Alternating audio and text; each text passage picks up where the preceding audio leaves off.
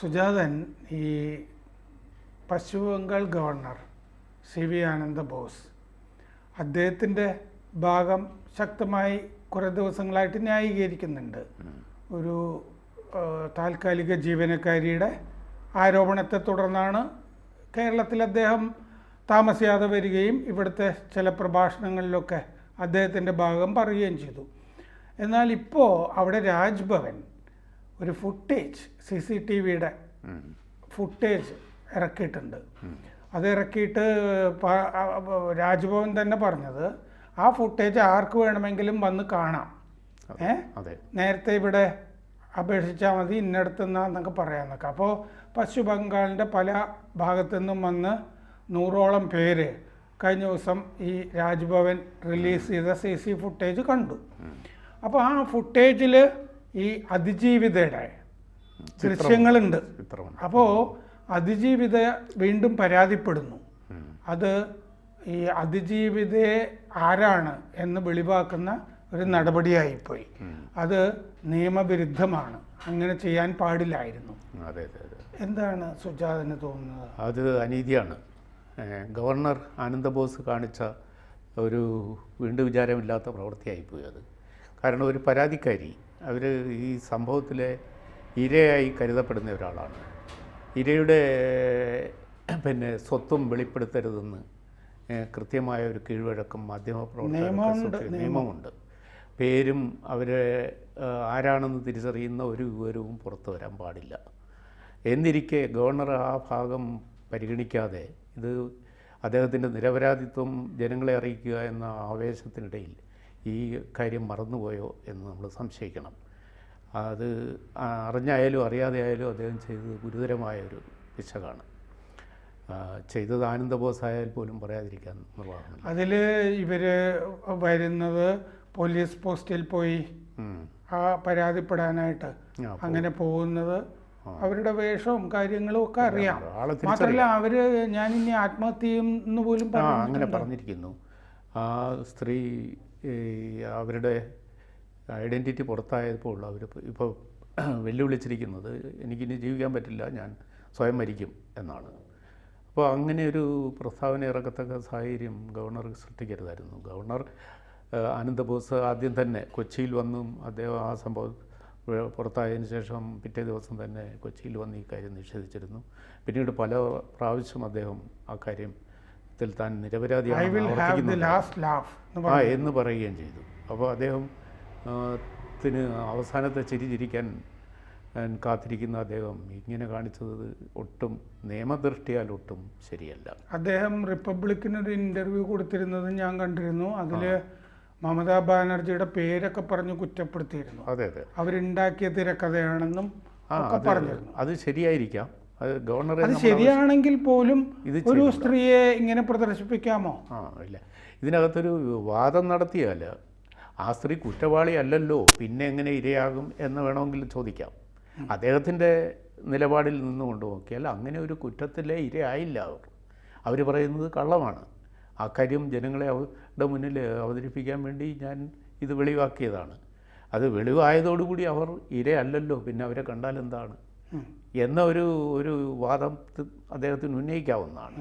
പക്ഷേ അത് നിയമപരമായി തെളിയിക്കപ്പെടുന്നത് വരെ അവരുടെ വിവരങ്ങൾ മറച്ചു വയ്ക്കേണ്ടതാണ്. അതെ. അപ്പോൾ അവിടെയാണ് ഗവർണർക്ക് ഒരു വീഴ്ച പറ്റിയത്. പിന്നെ ബംഗാൾ രാഷ്ട്രീയത്തിൽ ഇത് വലിയൊരു തിരഞ്ഞെടുപ്പ് വിഷയമാണ്. അതെ. അപ്പം ഗവർണർ വേറെ പല കാര്യങ്ങളും അവിടെ ഇങ്ങനെ മമതാ ബാനർജിക്ക് നിത്യ തലവേദനയായിക്കൊണ്ടിരിക്കുകയായിരുന്നു. സന്ദേശ് കാലി, കൂച്ച് ബെഹാരി അവിടെ ഗവർണർ സന്ദർശിച്ചു. അപ്പോൾ ഗവർണറുടെ ഇടപെടൽ പലതും മമതാ ബാനർജിയുടെ TMCക്ക് തെരഞ്ഞെടുപ്പ് രംഗത്ത് തിരിച്ചടിയാകുന്നു എന്ന് അവർക്ക് മനസ്സിലായി. അവരുടെ ഈ അപ്രമാദിത്വം ചോദ്യം ചെയ്യപ്പെടുന്നു. അപ്പോൾ അക്രമങ്ങൾ നാട് നീളെ വർദ്ധിക്കുന്നു, റേപ്പ് കേസുകൾ ഉണ്ടാകുന്നു. സന്ദേശ് കാലിയിലെ പ്രശ്നം അതാണല്ലോ. അവിടെയൊക്കെ ഗവർണർ സന്ദർശിക്കുകയും ഇതെല്ലാം പുറത്ത് ഗവർണറോടൊപ്പം തന്നെ ഇത് വാർത്തയായി പുറത്തു വരികയും ചെയ്തപ്പോൾ ഇവർക്ക് വേറെ ഗത്യന്തരമില്ല. അങ്ങനെ അവിടുത്തെ രാജ്ഭവനിലെ ഒരു താൽക്കാലിക ജീവനക്കാരിയായ സ്ത്രീയെ ഈ തരം ഒരു വിവാദത്തിലെ കഥാപാത്രമാക്കുകയാണെന്ന് വിശ്വസിക്കാനാണ് ആനന്ദബോസിൻ്റെ സുഹൃത്തുക്കൾക്കും അദ്ദേഹത്തെ അറിയുന്നവർക്കുമൊക്കെ ഇഷ്ടം.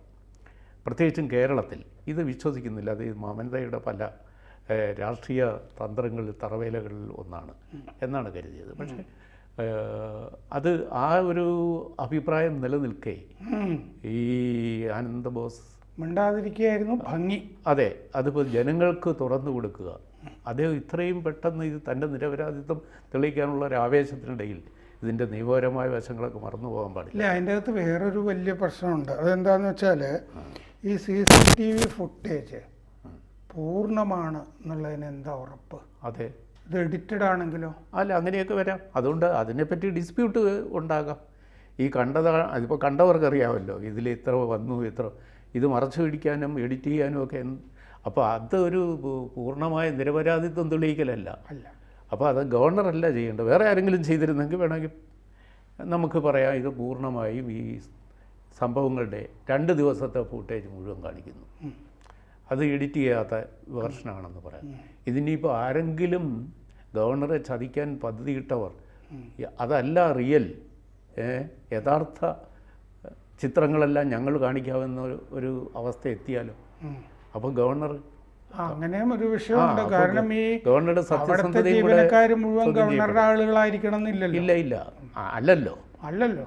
ഇപ്പോൾ ഈ ഗവർണർക്ക് കർശനമായ നിർദ്ദേശം കൊടുക്കേണ്ടി വന്നു ജീവനക്കാരോട് പുറത്ത് സംസാരിക്കരുതെന്ന്, മാധ്യമങ്ങളോടും പുറത്തുനിന്ന് പോലീസിനോടും. പോലീസ് അങ്ങോട്ട് കയറാൻ പോലും അനുവാദമില്ല. അപ്പോൾ ജീവനക്കാർക്ക് കർശന നിർദ്ദേശം കൊടുത്തിരുന്നു അദ്ദേഹം. അപ്പോൾ അങ്ങനെ കൊടുക്കേണ്ടി വരുന്നത് എന്താണ്? ഇവർ ആരെങ്കിലും പുറത്ത് പറയുമെന്നുള്ളതുകൊണ്ടല്ലേ. അപ്പോൾ അങ്ങനെ പുറത്ത് പറയാനോ പുറത്തറിയിക്കാനോ ഒക്കെ ഇനിയും രാജ്ഭവനിൽ തന്നെ ആളുകളുണ്ടാവും.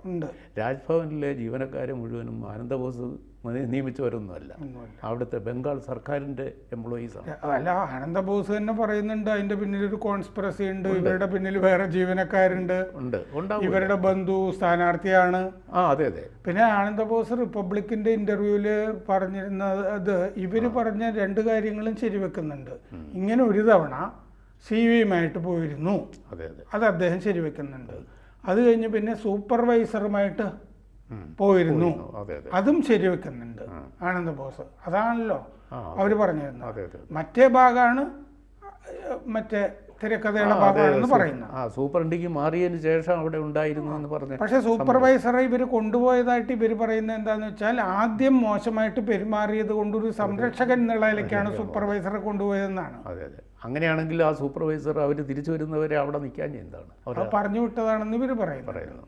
ഗവർണർ ആജ്ഞാപിച്ചാൽ പോകണം, തിരിച്ചു പോകണം. പക്ഷേ ഇതിനകത്ത് ഒരു അവിശ്വസനീയതയുണ്ട്. ഒന്നൊരു താൽക്കാലിക ജീവനക്കാരി, അവർ പിന്നെ ഗവർണറുടെ ഓഫീസിൽ തൃണമൂൽ കോൺഗ്രസ് പ്ലാൻ ചെയ്ത ഒരാളല്ലെന്ന് എന്താണ്? അതൊന്നും പറയാൻ പറ്റില്ല. Telephone operator. ഇപ്പോൾ ഈ തരം ടെലിഫോൺ സിസ്റ്റം ഗവർണറുടെ ഓഫീസിൽ കാണുമായിരിക്കും. അതെനിക്കും മനസ്സിലാകുന്നില്ല ഇങ്ങനെ തസ്തികയുടെ ആവശ്യം. അപ്പോൾ അതെന്തെങ്കിലും ആവട്ടെ, ഏതായാലും അത്തരം ഒരു ജോലി ചെയ്യുന്ന ഒരാളവിടെ ഉണ്ട്.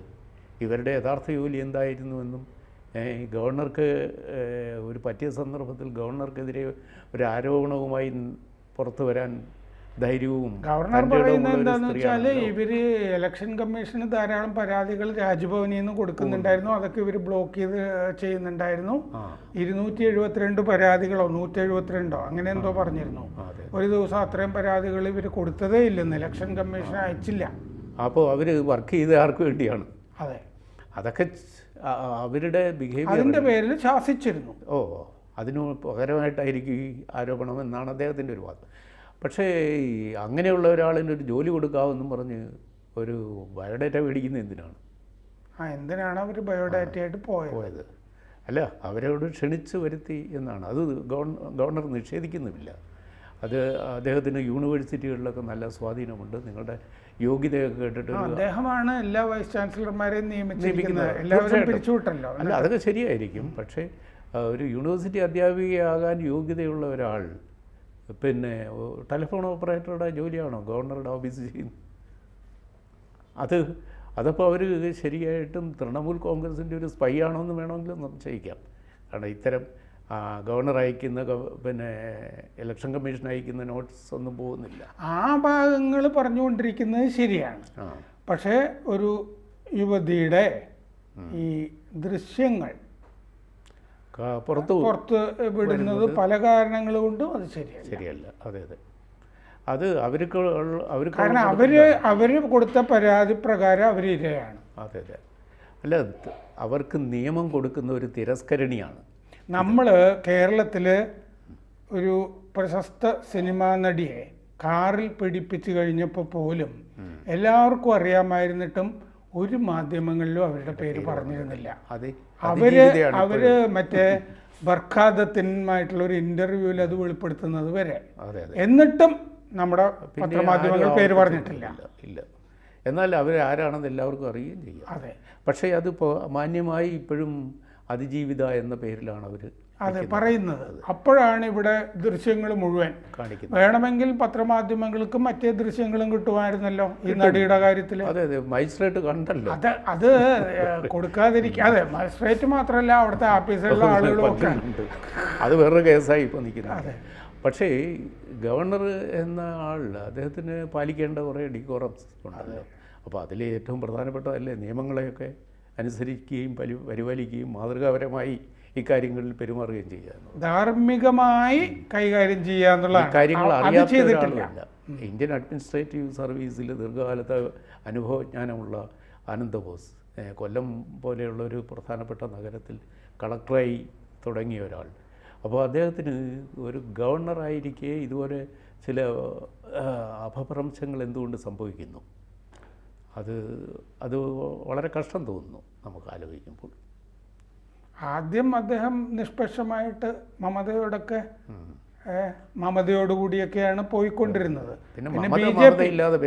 അതെ, പക്ഷേ സുവേന്ദു അധികാരി പറഞ്ഞല്ലോ ഇങ്ങനത്തെ ഒരു ഗവർണറെ നമുക്ക് വേണ്ട എന്നുള്ള മട്ടിലൊക്കെ സംസാരിച്ചിരുന്നു BJP. അങ്ങനെയാണ് പിന്നെ കടുപ്പിക്കാൻ തുടങ്ങിയത്. അല്ലെങ്കിലും ബംഗാളികൾക്ക് ഈ ആനന്ദബോസ് എന്ന പേര് വളരെ ഇഷ്ടമാകും. കാരണം അത് സുഭാഷ് ചന്ദ്രബോസിനോടുള്ള ആരാധനയിൽ നിന്ന് ഇദ്ദേഹത്തിൻ്റെ അച്ഛനിട്ട പേരാണെന്ന് അദ്ദേഹം അവിടെ വ്യാഖ്യാനിക്കുകയൊക്കെ ചെയ്തപ്പോൾ ബംഗാളിലെ സൈക്കിനെ അത് ഭംഗിയായിട്ട് സന്തോഷിപ്പിക്കേണ്ടതാണ്. അപ്പോൾ അങ്ങനെ ജനങ്ങളുടെ ഒരു പ്രിയപ്പെട്ട ഗവർണറായി അദ്ദേഹം മാറാനുള്ള സാഹചര്യം അദ്ദേഹം ഇതുപോലൊരു ചെറിയ സംഭവത്തിൽ തകർത്ത് കളഞ്ഞത് വളരെ സങ്കടമാണ്.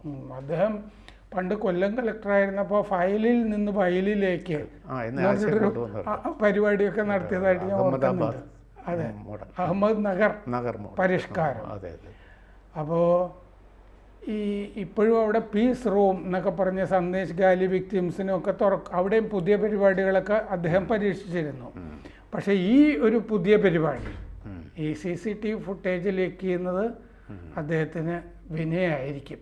തീർച്ചയായിട്ടും ഗവർണറോട് നമുക്ക് തുടക്കത്തിൽ തോന്നിയ എല്ലാ അഭിമുഖ്യവും ചോർന്നു പോകാൻ പോലും ഇത് കാരണമാകും.